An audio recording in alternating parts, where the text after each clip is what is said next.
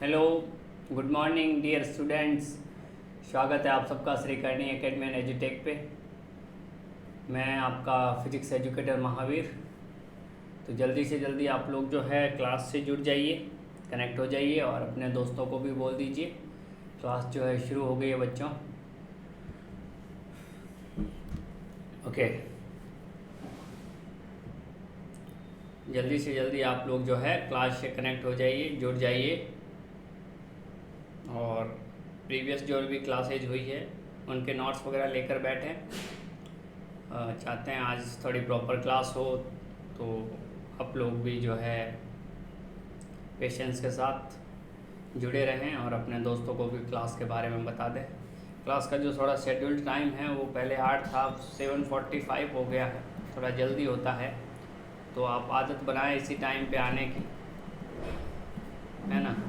और मैं भी कोशिश करूँगा कि प्रॉपरली आपकी क्लास जो है 40 to 45 मिनट की जो होती है वो प्रॉपर लगे, ताकि आप जो है अच्छा कर सकें। मेरा कौन कौन जो है जुड़ चुके हैं एक बार वो भी बता दीजिए। कल हमने गुलाम के नियम से गाउस के नियम की उत्पत्ति के बारे में बच्चों देख लिया था कि कैसे गाउस का नियम जो है वो गुलाम के नियम से आता है। उसके बाद हम अनंत लंबाई के, गुड मॉर्निंग गरिमा, अनंत लंबाई के आवेशित तार के निकट विद्युत क्षेत्र की तीव्रता को जो है हम लोग फाइंड आउट कर रहे थे बोर्ड पॉइंट ऑफ व्यू से। वेरी वेरी इंपॉर्टेंट, ठीक है ना, क्योंकि 3 या 4 नंबर में क्वेश्चन जो बनते हैं उनमें ज़्यादा चांसेस रहते हैं गाउस के नियम से एक सवाल आने की। तो वो या तो आपका रहेगा वायर से, या वो रहेगा आपका सीट से, और या वो रहेगा आपका स्पेयर से। तो तीनों हम करेंगे, तीनों में एक सिमिलैरिटी है। अगर वो सिमिलैरिटी आप पकड़ लेते हो तो कोई भी डेरिवेशन आपसे हो जाएगा। रटने की बजाय आपको कोशिश करनी है उसको समझने की।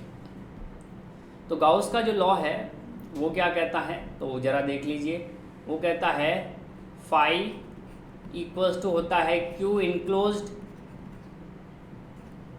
परिबद्ध, जिसको मैं बोल देता हूँ थोड़ा अच्छा लगे हिंदी में, परिबद्ध आवेश, ठीक है, अपॉन एप्सिलॉन नॉट। और ये फाई जो होता है ये होता है आपका समीशन है, ये जिसको कह सकते, आप समीशन ही बोल सकते हो, ई डॉट डी ए, किसी बंद पृष्ठ का इस तरह से, ठीक है।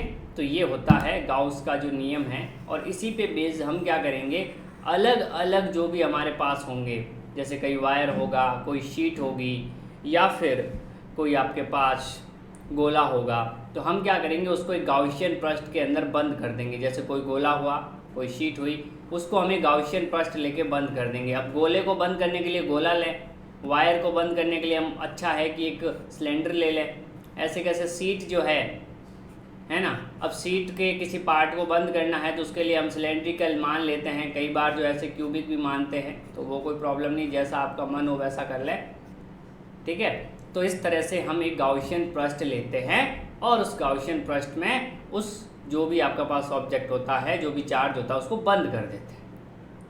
अब बंद करने के बाद उसका फ्लक्स निकाल लेते हैं, और टोटल फ्लक्स निकालने के बाद हमारे पास विद्युत क्षेत्र आ जाता है। क्योंकि हमारे पास क्यू होता है, पता होता है हमें, एप्सिलॉन नॉट पता है, एरिया हमें पता है क्योंकि हम खुद ले रहे हैं उसको, जो भी ले रहे हैं उसका शेप एंड साइज हमें पता है, तो डायरेक्ट जो है इलेक्ट्रिक फील्ड हम निकाल सकते हैं। ये हमें पता होगा क्योंकि हम गाउसियन पृष्ठ लेंगे।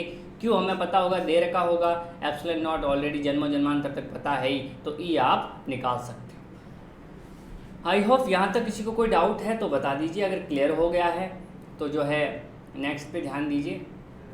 थोड़ा डिस्टर्बेंस भी रहता है, तो अब मैं चाहता हूँ कि वो नहीं होगा, कोशिश यही रहेगी। तो अब हम क्या करते हैं, अनंत लंबाई के आवेशित तार के निकट विद्युत क्षेत्र की तीव्रता की गणना करेंगे बच्चों। क्या करेंगे, अनंत लंबाई का एक आवेशित तार है, उसके पास में मान लो कि ये एक तार है। अब अनंत का मतलब ये नहीं कि ये स्क्रीन को पार करके बहुत ऊपर आकाश में टकरा हुआ है, नीचे पाताल में, ऐसा कुछ भी नहीं है। अनंत का मतलब है इसकी अगर लंबाई l है और इससे मैं अगर r दूरी पर कोई भी पॉइंट लेता हूँ ये p, तो अगर l बहुत बड़ा है r से, यानी इसकी लंबाई जो है बच्चों बहुत ज़्यादा है, अगर इस बिंदु जो है ये r जो है इसकी से, यानी ये पॉइंट इसके बिल्कुल पास में है, तो ये r बहुत छोटा हो जाएगा, तो ये हमेशा क्या कहलाएगा, अनंत कहलाएगा। अनंत का मतलब होता है रिलेटिव टर्म, अनंत का मतलब होता है रिलेटिव टर्म। जैसे मैं एक शीट ले रहा हूँ, जैसे ये ब्लैक बोर्ड है, आपके सामने दीवार है और दीवार पे आप एक छोटा सा पास के अंदर, ये दीवार के जस्ट पास में एक डॉट ऐसे करो, तो उसके लिए तो अनंत ही है। क्या है वो, अनंत है, उस डॉट के लिए वो दीवार जो है वो एक अनंत है, समझ गए। तो अनंत का मतलब होता है रिलेटिव टर्म, तो यही कर रहे हैं हम, रिलेटिवली जो है इसका विद्युत क्षेत्र हम। विष्णु, कैलाश, मुकेश, सारे बच्चों गुड मॉर्निंग, वेरी गुड, काफ़ी बच्चे जो है बिल्कुल टाइम पे आ चुके हैं। ओके, तो ये होता है अनंत, अनंत का मतलब होता है रिलेटिव। अब हम क्या करते हैं, हम मान लेते हैं कि हमारे पास एक अनंत लंबाई का आवेशित तार है जिसका रेखीय आवेश घनत्व लैम्डा है तथा इससे r दूरी पर एक बिंदु है जिस पर विद्युत क्षेत्र की तीव्रता का मान ज्ञात करना है। देखिए, एक तो होती है राइटिंग स्किल, मैं पढ़ाने के साथ साथ वो चीज़ें भी बताता रहूँगा कि एग्जाम में आपके मार्क्स कैसे आएंगे। ये जो ऊपर की चीज़ जो लिखी हुई है थ्योरेटिकल, ये आपको सीख ही जानी है ना, आने वाली हर एक डेरिवेशन में ये चीज़ सीख जानी है कि मान लेते हैं कि हमारे पास अनंत लंबाई का एक आवेशित तार है, आगे हम मान लेंगे कि मान लेते हैं हमारे पास एक अनंत लंबाई की या अनंत क्षेत्रफल की एक शीट है ना, जिसका रेखीय आवेश घनत्व तो लैम्डा है, आगे आएगा तो सिग्मा है, इससे r दूरी पर विद्युत क्षेत्र निकालना है। मतलब वो चीज़ जो आपको पता है, जो क्वेश्चन में दे रखी है, उसका थोड़ा यूज करना है बच्चों। तो ये लैंग्वेज हर सवाल में लिखना जरूरी है बोर्ड में, वरना आपके मार्क्स कट हो जाएंगे। मैथमेटिकल के साथ साथ ये वो चीज़ें जो इन्फॉर्मेशनल है, जो आप धीरे धीरे लिखोगे तो आपकी प्रैक्टिस हो जाएगी कि भाई शुरुआत कैसे करते हैं। देखिए, तो इसका रेखीय आवेश घनत्व लैम्डा है, तो लैम्डा आपको पता है भाई, टोटल जो आवेश होता है अपॉन लंबाई जो होती है वो लैम्डा होती है। तो यहाँ पर अगर मुझे टोटल आवेश चाहिए तो मैं Q टोटल अगर निकालना चाहूँ तो लैम्डा इंटू एल हो जाएगा। अभी मैं आपको बेस बता देता हूँ कि ऐसे हमने काम करना है। अगर पृष्ठीय आवेश घनत्व होता तो यहाँ सिग्मा आ जाएगा और यहाँ एरिया आ जाएगा, ठीक है। इससे r दूरी पर एक बिंदु है, मान लेते हैं कि ये बिंदु P है और एक कहाँ से है, इससे r दूरी पर है, चलिए ठीक है सर, जिस पर विद्युत क्षेत्र की तीव्रता का मान ज्ञात करना है। r त्रिज्या और l लंबाई का एक बेलनाकार गॉसियन पृष्ठ है जिसके 3 पृष्ठ हैं, 2 सपाट पृष्ठ S1 और S2 और तीसरा S3 जो है वो आपका वक्र पृष्ठ है। तो देखिए, अब एक तार है आपके पास इस तरह से, ये माइनस माइनस माइनस प्लस भी ले सकते हो, कोई ना।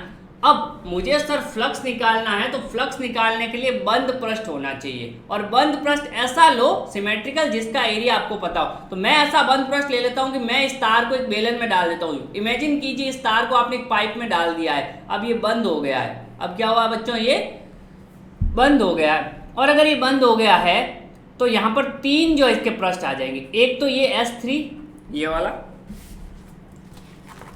इमेजिन कर सकते हो आप इसको, ठीक है, ये वाला,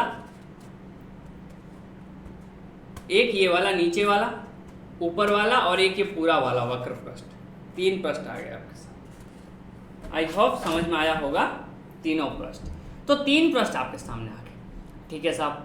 अब सर इलेक्ट्रिक फील्ड की डायरेक्शन के बारे में कुछ बताइए। तो इलेक्ट्रिक फील्ड की डायरेक्शन देखिए बच्चों, ये अपनी कॉपी में ये वाला डायग्राम जरूर बनाएं आप। मान लो कि minus minus minus minus minus minus minus इस तरह से है, या फिर मान लेते हैं प्लस, मान लेते, तो कुछ भी मान लेते हैं, ठीक है। इसकी वजह से यहाँ पे एक छोटा सा एलिमेंट dx लेता हूँ और एक छोटा सा एलिमेंट dx यहाँ लेता हूँ। बच्चों ध्यान देना भाई, इसकी वजह से इलेक्ट्रिक फील्ड, ये माइनस है, माइनस की वजह से इलेक्ट्रिक फील्ड होता है इसकी तरफ, तो बच्चों ऐसे हो जाएगा, ठीक है सर। और है ना, इसको प्लस कर दे तो बच्चों ज़्यादा सही रहेगा, है ना, ताकि डायग्राम को जो है मुझे बनाने में थोड़ी इजी रहे। कुछ भी ले सकते हो, मैं प्लस लेके कर रहा हूँ इसको, ठीक है। ये सारे चार्जेस प्लस, तो अगर ये प्लस है बच्चों, सारे प्लस है, तो प्लस की वजह से इलेक्ट्रिक फील्ड यहाँ पर आएगा इस पॉइंट से दूर इधर, और इस प्लस की वजह से इलेक्ट्रिक फील्ड आएगा इस पॉइंट से दूर इधर, ये एंगल जो है अगर थीटा है तो ये भी थीटा होगा और ये भी थीटा होगा। सर यहाँ तक तो पता है। इस छोटे से dx की वजह से इलेक्ट्रिक फील्ड सर डी आएगा, इस dx की वजह से छोटा सा इलेक्ट्रिक फील्ड डी आएगा इस डायरेक्शन में, इसकी वजह से भी छोटा सा इलेक्ट्रिक फील्ड डी आएगा। सर इसका डी का इधर वाला कंपोनेंट डी कॉस थीटा होगा, और इस वाले का इधर का कंपोनेंट डी कॉस थीटा होगा, सर होगा। सर इसका perpendicular component D sine theta होगा, सर होगा। और नीचे वाले का perpendicular component D sine theta होगा। ये डी साइन थीटा कैंसिल हो जाएंगे, नेट इलेक्ट्रिक फील्ड इसी डायरेक्शन में आ जाएगा, नेट इलेक्ट्रिक फील्ड इसी डायरेक्शन में आ जाएगा। और यही हमने लिया है यहाँ पर जो है तीनों पृष्ठ के लिए। इसके लिए इलेक्ट्रिक फील्ड इस डायरेक्शन में है, इसके लिए भी इलेक्ट्रिक फील्ड जो है बच्चों इसी डायरेक्शन में है, और नीचे वाले पृष्ठ के लिए भी इलेक्ट्रिक फील्ड इसी डायरेक्शन में है। ये मैं यहाँ पर बता देता हूँ, ध्यान से देखना, सारी चीज़ें जो क्लियर होती रहेगी। अगर कोई किसी को डाउट आ रहा है तो वो बता सकता है, लेकिन एंड ऑफ द डेरिवेशन आपका डाउट नहीं रहेगा। चलिए ये तो हम समझ में आ गया सर, यहाँ तक तो कि नेट इलेक्ट्रिक फील्ड इधर आएगा। अगर इसमें किसी को डाउट है तो DWT लिखें, वरना क्लियर लिखते रहें, बार बार मुझे बोलने की ज़रूरत नहीं है। प्लस लिया है मैंने, ठीक है। अब यहाँ पे क्या किया है कि इस तरह से हमने जो है इस सिलेंडर में 3 पृष्ठ लिए, तो तीनों के लिए एरिया वेक्टर मैं फर्स्ट डे से कह रहा हूँ। ये तल है तो इस तल के लंबवत बाहर की ओर मान ले, एक बार बाहर की ओर मान लिया, चलिए ठीक है। तो इसका एरिया वेक्टर ds है बच्चों, वो इस डायरेक्शन में हो गया। नीचे वाले का सर, नीचे वाले का एरिया वेक्टर ds इस डायरेक्शन में हो गया, ये वाला इस डायरेक्शन में। इलेक्ट्रिक फील्ड सर इस डायरेक्शन में है। अब सर और इधर वाले का परपेंडिकुलर होता है, तो आपको मैंने बता रखा है परपेंडिकुलर के लिए जो है बिल्कुल लंबवत लेते हैं इस डायरेक्शन में, ये मार्कर की वाली डायरेक्शन में, तो ये वाला इस डायरेक्शन में आ गया। एरिया वेक्टर इंपॉर्टेंट है, ये ds। अपनी कॉपी में इनको भी बनाते रहे आप लोग, ठीक है। अब 3 एरिया, तीनों के एरिया वेक्टर और तीनों का इलेक्ट्रिक फील्ड आ गया है। अब जरा मुझे बताइए, एरिया और इलेक्ट्रिक फील्ड में 90 डिग्री का एंगल, एरिया और इलेक्ट्रिक फील्ड में 90 डिग्री का एंगल, एरिया और इलेक्ट्रिक फील्ड में थीटा कितना है 0 डिग्री। ओके, यहां तक समझ में आ गया। एरिया और इलेक्ट्रिक फील्ड में जो एंगल कितना है 0 डिग्री है, यहाँ पे 90 डिग्री है और यहाँ पे भी 90 डिग्री है। चलिए सर अब इसको कैसे करते हैं, तो नेक्स्ट स्टेप में देखिए, यहां पर 3 पृष्ठ है, तो कुल फ्लक्स जो होगा वो होगा Q total upon epsilon not, या इसको बोल सकते हैं Q परिबद्ध अपॉन एप्सिलॉन नॉट। कुल फ्लक्स क्या होगा, तो φ1 φ2 एंड φ3।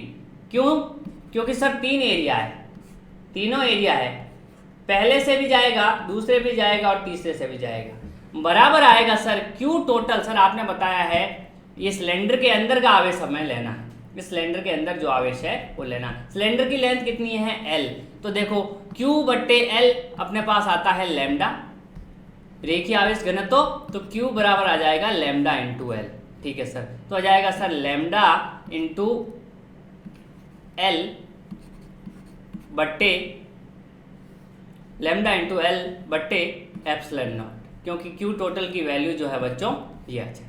यहाँ से समझ में आया। अब पहले पृष्ठ के लिए आवेश कितना, इलेक्ट्रिक फ्लक्स कितना होगा, तो फ्लक्स होगा S1 के लिए E डॉट dA, या EDA कर देते हैं ना, E डॉट dA को लिख सकते हैं EDA cos थीटा, तो लिख सकते हैं EDS1 cos 90 डिग्री प्लस इसके लिए ये 90 एंगल है ना E और D में, तो EDA cos 90, second EDS2 cos 90 degree. Good morning जी। थर्ड वाला ये वाला, यहाँ E इधर और एरिया भी इधर है, तो EDS3 cos 0 डिग्री बराबर हो जाएगा lambda L upon epsilon not. ठीक है, अपनी कॉपी में भी इन चीज़ों को लिखते रहें, ये कुल फ्लक्स है। ठीक है, अब देखो यहाँ तो 0 हो गया सर, कॉज, क्योंकि कॉस 90 बराबर 0 डिग्री, 0 हो जाता, कॉस 90 डिग्री बराबर 0, तो यहाँ पर आपके पास क्या आ जाएगा, φ1 बराबर φ2 बराबर 0, यानी ये भी 0 हो गया और ये भी 0 हो गया। तो बचा क्या है, तो मैं यहाँ लिख रहा हूँ, क्या बचा है यहाँ पर, सिर्फ ये बचा है ई डी एस, कॉस 0 तो 1 हो जाता है, ई डी एस 3 बराबर कितना हो जाएगा, lambda l upon epsilon naught. E को बाहर ले सकता हूँ क्योंकि कांस्टेंट ही, मतलब ई को बाहर ले सकता हूँ आराम से क्योंकि हमें इसे निकालना है। डी एस 3 बराबर lambda l upon epsilon not. चलिए ऊपर से स्टेप, अब ध्यान दीजिए, DS3 ये वाला वक्र पृष्ठ का क्षेत्रफल क्या होता है, बेलन का वक्र पृष्ठ का होता है 2 पाई r इंटू एल, ये वक्र पृष्ठ का क्षेत्रफल है। तो ध्यान दीजिए यहाँ पर E मैं लिख देता हूँ यहाँ पर, बंद पृष्ठ S3 DS3 बराबर लेमडा एल अपॉन एप्सिलॉन। अब आपको पता है DS3 ये छोटा छोटा वक्र पृष्ठ का पूरा क्षेत्रफल आ जाएगा। इंटीग्रेशन का मतलब होता है छोटा छोटा DS3 मिला के पूरा S3 बना देगा, और S3 पूरा कितना होता है, तो उसको मैं लिख सकता हूँ E बरा इंटू ये हो जाएगा आपका 2 pi r l equals to lambda l upon epsilon naught. तो यहाँ से E की वैल्यू आ जाएगी, देखो L से L कैंसिल हो जाएगा, आंसर आ जाएगा आपका lambda upon 2 pi epsilon not R। ठीक है, ये होता है एक अनंत आवेशित तार के कारण R बिंदु, मतलब R दूरी पर वैद्युत क्षेत्र। अब इसको और थोड़ा अच्छा कैसे लिख सकते हैं, तो देखिए यहाँ बॉक्स में है ना, मैं यहाँ पे स्क्रीन पे कहीं पे बॉक्स बना हूँ, आप अपनी कॉपी में बॉक्स अच्छे से बनाना। अगर आप इस तरह से जज करोगे कि मैं आपको एकदम पैटर्न बना के बताऊँ, तो I am not a xerox machine, ये ध्यान रखना। तो आपका माइंड काम करना चाहिए कॉपी में कि सर कहाँ बना रहे हैं। वैसे आपको पता है K बराबर होता है 1/4 पाई एप्सिलॉन नॉट, ठीक है। तो 2K बराबर क्या हो जाएगा, इधर भी 2 से मल्टीपल कर दोगे तो 1/2 पाई एप्सिलॉन नॉट हो जाएगा, क्योंकि 2 इधर से मल्टीपल करोगे 2 इधर भी करोगे तो ये हो जाएगा। अब इसी को आप जो है यहाँ पे रख दो, 2 पाई एप्सिलॉन नॉट की जगह क्या लिख सकते हो, 1/2 पाई एप्सिलॉन नॉट की जगह लिख सकते हो आप क्या, K। तो आंसर आ जाएगा 2K लेमडा, क्योंकि यहाँ पर 1/2 पाई एप्सिलॉन नॉट ये वाला, ये 1/2 पाई एप्सिलॉन नॉट की जगह लिख दिया मैंने 2K, तो 2K लेमडा बाई R। ये दोनों फॉर्मूले होते हैं अनंत लंबाई के धारावाही, सॉरी आवेशित, धारावाही नहीं है, अनंत लंबाई के आवेशित तार के कारण R दूरी पर विद्युत क्षेत्र का मान होता है 2K लेमडा बाई R। क्या ये बात समझ आई? अब रेस्पॉन्स कीजिए। अब आपको रेस्पॉन्स करना है, अगर किसी को कोई डाउट रहा है तो आप बताइए। तीनों पृष्ठ से निकलने वाला फ्लक्स निकाला, उस फ्लक्स को जोड़ दिया और लैम्डा था तो लैम्डा। अब अगर ये सिमिलैरिटी समझ में आई है तो अगला डेरिवेशन विद इन 5 मिनट आपको समझ में आ जाएगा। तो एक बार आप लोग रेस्पॉन्स कीजिए, बता दीजिए। मैं आपको फिर कह देता हूँ, आप साइंस के स्टूडेंट हैं, ये बात आपको पता है, और उसका दूसरी बात तो आपको ये नहीं पता है कि पेशेंस बहुत ज़रूरी होता है। कोई भी डेरिवेशन आपके लिए नया है, मेरे लिए नया नहीं है वो, है ना। मैं आपको पढ़ा रहा हूँ, फिर इंग्लिश मीडियम में पढ़ाऊँगा, फिर कहीं और पढ़ाऊँगा, फिर कहीं और पढ़ाऊँगा, हर साल पढ़ाता रहता हूँ। मेरे लिए वो नया नहीं है, मुझे डेटा याद है। मैं कहीं गलती भी करूँगा तो मुझे पता चल जाएगा ये आंसर तो ये आना चाहिए, तो मैं उसको सही कर दूँगा। बट आपके लिए वो नया है तो ज़रूरी नहीं है कि आपको एक बार में वो समझ में आ जाएगा। आप उसको देखोगे, समझ में आ गया तो फिर आपको टीचर की ज़रूरत थी क्या? तो पेशेंस रखना सीखें, एंड जो भी चीज़ आपकी चल रही है उसको रुक के देखना सीखें, ये बहुत ज़रूरी हो जाता है। और पूछे कि भाई क्यों हुआ, कैसे हुआ, उसको समझने की कोशिश करें, तो जब लेक्चर एंड होगा तो आप जो है उसको अच्छे से कर पाओगे।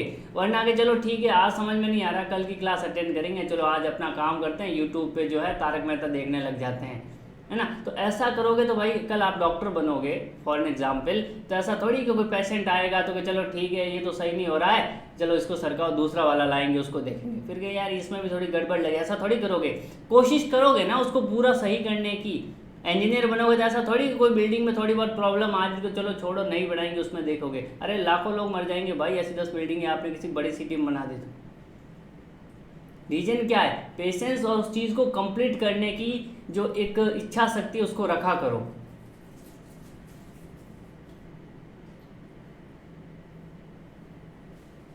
है ना, कोई भी चीज़ नई हो सकती है बट वो नई कब तक होगी? जब तक लेक्चर एंड होगा तब तक, उसके बाद वो पुरानी हो जाएगी कि आप उसको समझ लोगे। टोटल फ्लक्स निकालना है, उसको टोटल आवेश और एप्सिलॉन नॉट के इक्वल करना है, बस यही फंडा है। अपनी कॉपी में लिख दो, कुल फ्लक्स निकालना है उस क्षेत्रफल से और उसको Q total upon epsilon not के इक्वल करना है। और फ्लक्स का फॉर्मूला होता है E डॉट dA, और E डॉट जब हटता है तो cos थीटा आ जाता है, तो E dA cos थीटा हो जाता है, और वही फॉर्मूला लगा के आपको आंसर निकालना है। यही गॉस नियम है, और कहीं है ही नहीं। आने वाले जो भी चीज़ें हैं उनमें ये चीज़ें क्लियर हो जाएगी। अभी जेई का एग्ज़ाम था परसों, है ना, उससे पहले नीट का एग्ज़ाम था, तो कुछ बच्चों की रैंक वगैरह इसलिए नहीं आ पाती कि उनमें पेशेंस नहीं है। वो एक सवाल को थोड़ा सा ट्राई करते हैं और वो नहीं होता तो अगले की तरफ चले जाते हैं, पिछले वाले को देखते तक नहीं है। आप में से भी बहुत से लोगों की आदत रही होगी, क्योंकि इतने स्टूडेंट को बताता हूँ, पढ़ाता हूँ, तो मुझे पता है कि कौन सी जो चीज़ें हैं वो बच्चे गलतियाँ करते हैं। चलिए नेक्स्ट देखता हूँ। अब यहाँ पर कुछ और चीज़ें हैं जो आपको ग्राफिकल पता होनी चाहिए, वो ये है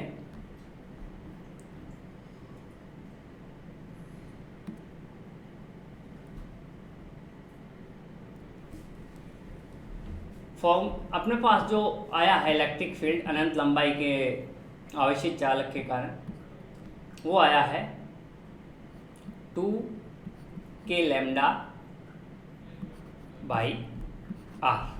आया है, सबको पता है, ये आवेशित है, ठीक है। आर दूरी है ये, यहाँ पे कोई पॉइंट P है, ये लंबवत दूरी है, ध्यान रखना, है ना। पॉइंट P है, इस पर विद्युत क्षेत्र की दिशा इधर है 2k लैम्डा भाई आर, ठीक है। ये है एक्चुअल चीज़, ये है कि ऐसा कोई तार है, इसके आर दूरी पर ही। अब जैसे जैसे आर बढ़ेगा तो E घटेगा, और जैसे जैसे लैम्डा बढ़ेगा तो E बढ़ेगा, जैसा कि फॉर्मूला में दिख रहा है। लैम्डा को बढ़ा दो E बढ़ जाएगा, R को बढ़ा दो E घट जाएगा। ये चीज़ भी क्लियर होनी चाहिए। अब देखो डायरेक्शन इधर है, अगर मैं R वेक्टर इधर ले लेता हूँ, अगर मैं R वेक्टर इधर ले लेता हूँ तो मैं लिख सकता हूँ डायरेक्ट R वेक्टर इधर है, यानी R कैप की डायरेक्शन भी यही होगी। तो यहाँ पर अगर मैं वेक्टर फॉर्म में लिखना चाहूँ तो मैंने बताया था वेक्टर फॉर्म लिखने का तरीका 2k लैम्डा बाई आर, ये तो हो गया परिमाण, और उसके साथ में गुणा कर देते हैं उसकी दिशा का, तो आर कैप। बस कहीं आपको ज़्यादा सोचने की ज़रूरत नहीं है बच्चों, यही तरीका, यही तरीका होता है लिखने का, बस ध्यान होना चाहिए आपको। 2k लैम्डा बाई आर, और अगर आर वेक्टर मैं इधर ले रहा हूं तो इसका आर कैप से मल्टीपल कर दूंगा तो ये वेक्टर फॉर्म आ जाएगी। फिर पूछा जाता है ग्राफ, ये चीजें बार बार आएगी। ग्राफ एक बढ़ता है दूसरा घटता है तो ये आता है इस तरह से। तो अगर मुझे E और R के बीच में ग्राफ पूछे, किसके लिए? अनंत लंबाई के चालक के कारण, आवेशित तार के कारण, है ना, चालक वाला कुछ भी हो सकता है। तो इस तरह से आएगा, एक बढ़ेगा तो दूसरा घटेगा। देखो यहाँ पर E की वैल्यू इतनी है, इसके रेस्पेक्ट में R की इतनी है, यहाँ पे R बहुत है, देखो इतना है, इसके रेस्पेक्ट में E सिर्फ इतना है, ये वाला कम है। इसका मतलब क्या हुआ? एक बढ़ रहा है तो दूसरा घट रहा है। सेम अगर यही पूछे E और लैम्डा के बीच में, तो एक बढ़ रहा है तो दूसरा भी बढ़ रहा है, तो ग्राफ ऐसे आएगा। ये कोई रटने वाली चीजें नहीं है। अभी जो 11th में पढ़ रहे हैं बच्चे, जो जिनको मैं स्ट्रेट लाइन पढ़ा रहा हूँ, वो सारे बच्चे कर देंगे, क्योंकि उनको मैं बेसिक से बता रहा हूँ। अब आप 12th में आ गए हो तो मैं ये मानता हूँ कि 11th में आपने थोड़ा बहुत ये तो पढ़ा होगा कि ग्राफ कैसे बनते हैं, है ना। तो आया समझ में बच्चों? बात आई समझ में? दोनों ग्राफ समझ में आए? ये पूछा जाता है कि कितना होगा, उसके बाद ये दोनों ग्राफ बना दो और आपका जो नंबर है वो कहीं नहीं कटेगा। डेरिवेशन लिख दिया और ये दोनों ग्राफ बना दिए तो कहीं पे भी आपका नंबर नहीं कटने वाला है। ई यहाँ पर क्या है? विद्युत क्षेत्र है, ये भी लिख दें। और आर क्या है? तार से दूरी है। यहाँ पर लैम्डा क्या है? रेखीय आवेश घनत्व है, रेखीय आवेश घनत्व है। और ई यहाँ पर विद्युत क्षेत्र है। क्या बात क्लियर हुई? क्या यहाँ तक किसी को कोई डाउट रहा है? पिछली बार जो बोर्ड में सवाल आया था इसी कॉन्सेप्ट पे ही आया था, बट वो न्यूमेरिकल था। तो जरूरी नहीं है कि मैं ये डेरिवेशन कराऊं तो डेरिवेशन ही आएगा। वो आपसे लैम्डा दे दे और आर दे दे, के आपको पता ही है निर्वात के लिए, तो क्या आप विद्युत क्षेत्र की तीव्रता नहीं निकाल सकते? निकाल सकते हो। यहां से पता चला है। और मुझे बताइए, अब मैं कुछ सवाल पूछने वाला हूं, उनके जवाब अगर आप दोगे तो मुझे थोड़ा अच्छा लगेगा। इनको अपनी कॉपी में बना लें, सुंदर सुंदर नोट्स, यही काम आएंगे। एग्जाम के लास्ट डे पे न सर होंगे, न आपके पास कोई बुक्स होगी, न वीडियो होंगे, आपके पास होंगे आपके नोट्स जो आपने अपनी लैंग्वेज में बनाए हैं। और 12वीं क्लास के बच्चों को ये बताने की तो ज़रूरत नहीं होगी मुझे कि नोट्स कैसे बनाते हैं, है ना। आई होप, है ना। अब एक क्वेश्चन है आपके लिए। इस तरह से एक चालक तार है आपके पास, minus minus minus minus minus आवेशित तार है। बार बार चालक वहाँ कहीं पे मैग्नेटिज्म चल रहा है मेरा, तो वहाँ इस तरह से हो जाता है। यहाँ पे एक बिंदु है, बिंदु भी, इस पर विद्युत क्षेत्र की दिशा E1 होगी, E1 वाली होगी या E2 वाली होगी, है ना। या E और E लिख देते हैं। तो आपको बताना है लेफ्ट होगी या राइट होगी।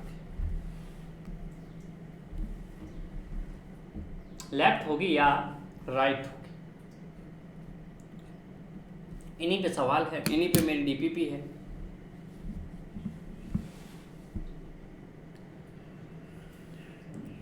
है ना। तो रेस्पॉन्स कीजिए। ये है आवेशित तार है, अनंत लंबाई का है। अनंत लंबाई का मतलब ऐसा नहीं कि आकाश में तार को घुसा दिया है। अनंत लंबाई का मतलब है ये जो बिंदु है P, इसकी जो ये दूरी है R, ये इसके कंपेयर, इसकी अगर लेंथ L है तो इस लेंथ की कंपेयर में बहुत छोटी है। ये R इस L के कंपेयर में, अगर कहीं पे ऐसा लिखा हुआ हो ना कि ऐसा तार है जिसके लिए L is very very greater than R, अब विद्युत क्षेत्र की तीव्रता बताइए। आप सोचोगे यार सर अनंत तो लिखा हुआ ही नहीं था, तो इसका मतलब ये अनंत ही हो जाएगा। ये समझना, बहुत बार कंडीशनल होता। अनंत का मतलब क्या होता है? एक चींटी के लिए एक आदमी अनंत है ना।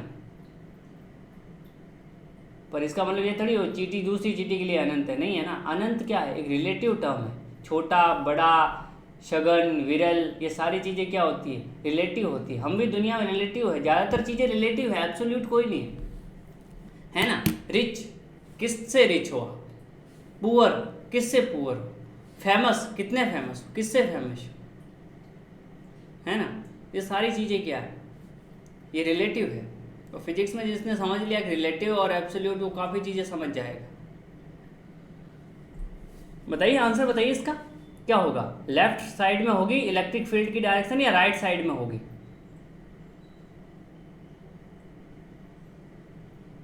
गलत बोलो, लेकिन बोलना जरूरी है। मैं रोज कहता हूं, अभी आपको मौका दिया जा रहा है। हो सकता है लाइफ में आगे 2 साल बाद 3 साल बाद कॉलेज में चले जाओ, मौका ही नहीं मिले बोलने का, पता ही नहीं चलेगा। लेक्चर खत्म हो जाएगा, कुछ नहीं, आएंगे बोर्ड पे लिखेंगे खत्म है, लेक्चर खत्म है, घर जाके पढ़ लेना, एग्ज़ाम दे देना। अभी जितने बेसिक अपने क्लियर कर लोगे वही बेसिक्स आपके काम आने वाले हैं लाइफ में। मैं बता रहा हूँ, आप सोच रहे हो कि आगे जाके सीख लेंगे, तो भाई आज तक तो कोई सीख नहीं पाया है। 11th-12th में जितना अच्छे से सीख लोगे, उन्हीं चीज़ों को जो है ब्रॉड करके बताया जाए है, उन्हीं चीज़ों का जो एक बड़ा रूप आपके सामने आएगा, पर वो तभी हो पाएगा जब ये चीज़ें करोगे। एक बच्चे का कंटिन्यूस आंसर आता है, उसका रेस्पॉन्स भी आता है, आप खुद चैट में दे सकते हो। तो उसने कहा है कि लेफ्ट होगी, बिल्कुल सही है, लेफ्ट होगी, क्योंकि माइनस की वजह से की तरफ होती है, मैंने बता दिया है, और प्लस की वजह से दूर होती है। अगर ये जिसने ने अच्छे से पढ़ी है वो कभी गलत करेगा ही नहीं। ये माइनस है तो इसकी तरफ ही होगा, अगर ये प्लस होता तो यहाँ पर दूर हुआ है, तो ये ध्यान रखना है। चलिए, तो आई होप ये वाला सवाल भी आपने किया होगा। एक और सवाल है लास्ट आज का।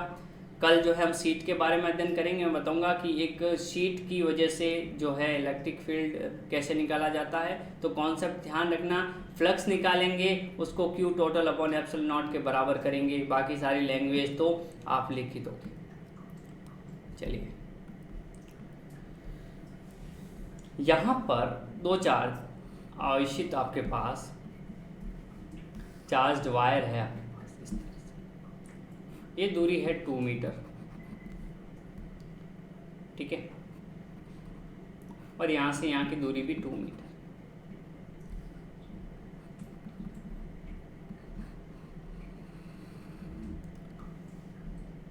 इस पे प्लस है और इस पे भी प्लस चार्ज। इसका आवेश घनत्व लैम्डा है और इसका आवेश घनत्व भी लैम्डा है, रेखीय आवेश घनत्व। बिंदु P पर इसकी वजह से इलेक्ट्रिक फील्ड E है बच्चों, और इसकी वजह से भी इलेक्ट्रिक फील्ड जो है वो बिंदु पॉइंट पर EP, ये पॉइंट P है तो EP यहाँ पर E है, और इसके लिए भी EP जो है E ही है। बिंदु P पर विद्युत क्षेत्र की तीव्रता होगी,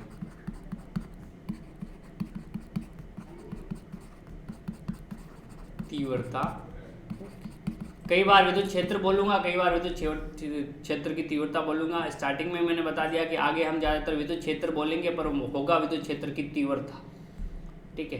क्या होगी वो?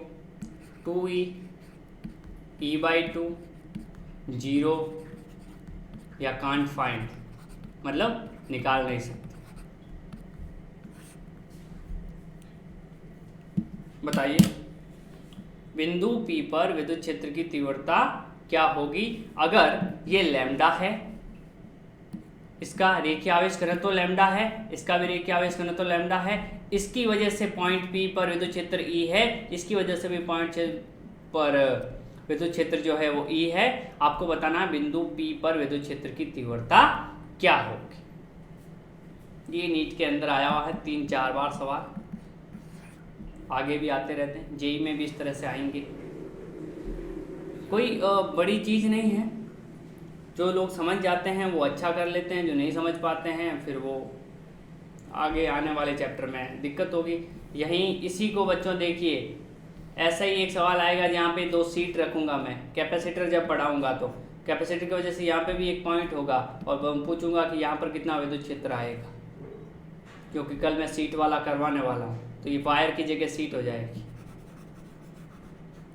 तो चीज़ें वही है, बेस है, ये बेस है पहला चैप्टर, इसलिए धीरे चलाया जाता। सेकंड चैप्टर में सारी चीज़ें रिपीट आएगी तो बहुत तेज़ भागेगा वो चैप्टर, थर्ड और उससे तेज़ भागेगा। अब आप समझ सकते हो कि अगर आपको अगले आने वाले 4 चैप्टर अच्छे करने हैं तो इसको सीखो। क्या आएगा विद्युत क्षेत्र, ठीक है। अब क्या है, रेस्पॉन्स आपका है, देना चाहो चाहे मत चाहो। तो आपको पता है कि अगर मैं बिंदु P ले लेता हूं तो इसकी वजह से विद्युत क्षेत्र आएगा E, क्योंकि दे रखा है इन्होंने E। इस प्लस की वजह से आएगा दूर, इस वाले की वजह से, और इस प्लस की वजह से इस पॉइंट पे विद्युत क्षेत्र आएगा इस डायरेक्शन में, इसकी वजह से इधर आएगा, इसकी वजह से इधर आएगा, दोनों E है और विपरीत है तो 0 हो जाएगा।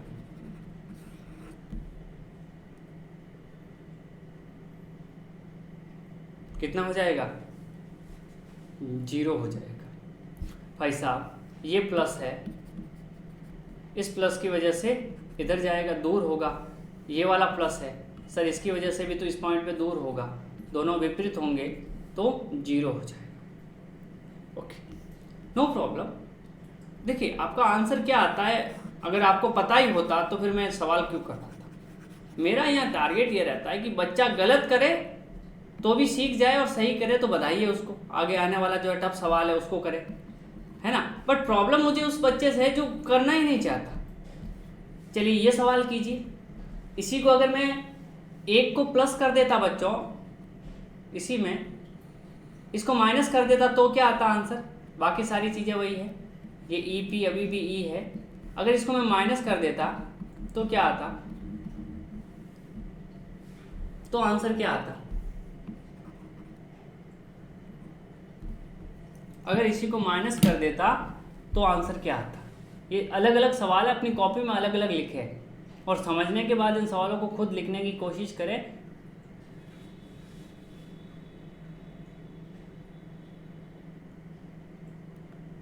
भाई साहब ये लास्ट सवाल है, ये माइनस है, इस माइनस की वजह से इलेक्ट्रिक फील्ड किधर आएगा, इस डायरेक्शन में, कितना आएगा ई। सर ये प्लस है, प्लस की वजह से इलेक्ट्रिक फील्ड सर दूर आएगा, कितना आएगा ई। सर दोनों की डायरेक्शन सेम है, ये भी ई है ये भी ई है, तो 2E हो जाएगा। भाई ये माइनस की वजह से की और आएगा, और ये प्लस है तो दूर भेजेगा, लेकिन दोनों की डायरेक्शन तो सेम रहेगी, हमें पता है ना डायरेक्शन तो हमेशा यही आती है। तो मिड पॉइंट पे अगर सेम है दोनों तो 0 हो जाता है, एक प्लस और एक माइनस है तो जुड़ जाता है। आया समझ में? अगर यहाँ तक क्लियर हुआ है तो CLR लिखिए, और कल जो क्लास है उसमें उसी टाइम पे आए, कि ये 7:45 की क्लास है तो उस पर उसी टाइम पे आए, ताकि हम सीट का जो है वो वाला पार्ट कल कवर कर लें, है ना। एक समान अनंत समतल आवेशित चादर के कारण विद्युत क्षेत्र है, उसमें भी हम इस तरह से कुछ जो है करने वाले हैं। तो कोशिश मेरी यही रहेगी कि आप नेक्स्ट क्लास में जो है आराम से आएँ और अच्छी तैयारी करें। So thank you very much जुड़े रहने के लिए। कोई भी डाउट्स हो कमेंट सेक्शन में लिख देना। बुक्स के अंदर ये चैप्टर जो है दे रखा है, तो वहाँ से आप जो है इसको मिलाते रहें। ये वाला डेरिवेशन बुक में दे रखा है, इसके सवाल लगाने की कोशिश करें, और जब ये लेक्चर ख़त्म होगा तो न्यूमेरिकल मैं भी करवाने वाला हूँ। So thank you very much.